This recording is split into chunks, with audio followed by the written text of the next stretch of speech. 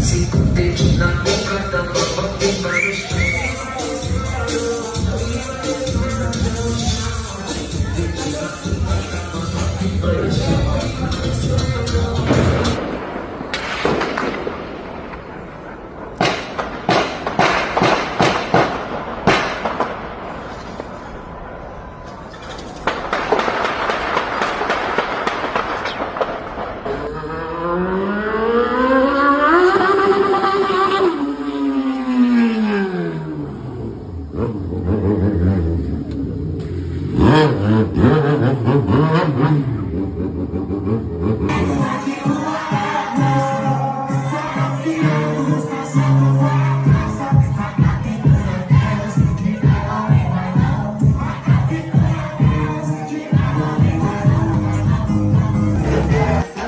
Qualquer mano malaca que se acha um malvadão.